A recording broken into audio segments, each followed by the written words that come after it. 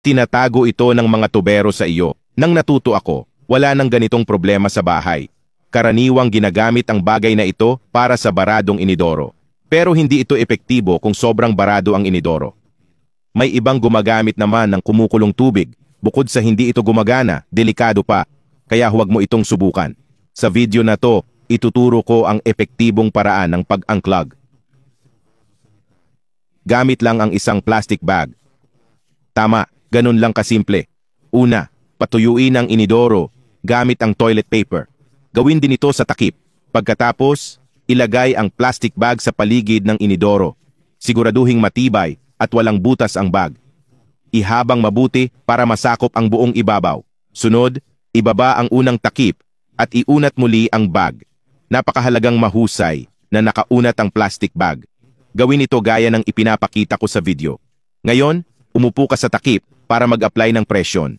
Tapos, i-flush mo na lang.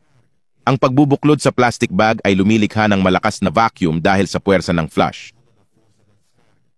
Sa ganitong paraan, ang tubig mismo ang magtutulak sa bara, mabubuksan ang inidoro.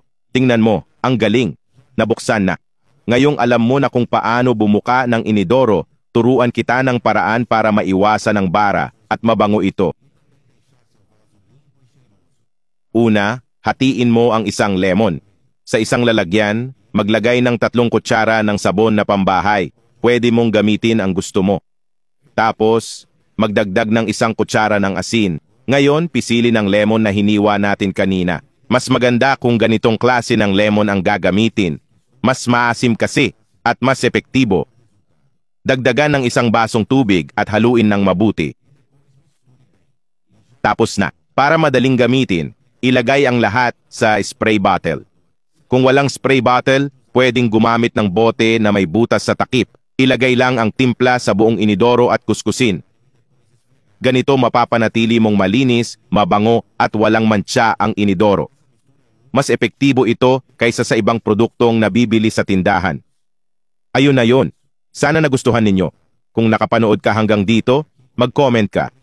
Susubukan ko ito sa bahay para malaman ko kung sino ang nanood ng buong video. Espesyal na bati kay Natalia, Gilson at Melissa mula sa iba't ibang lugar.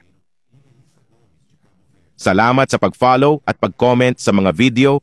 Yakap, kita tayo sa susunod na video. Paalam.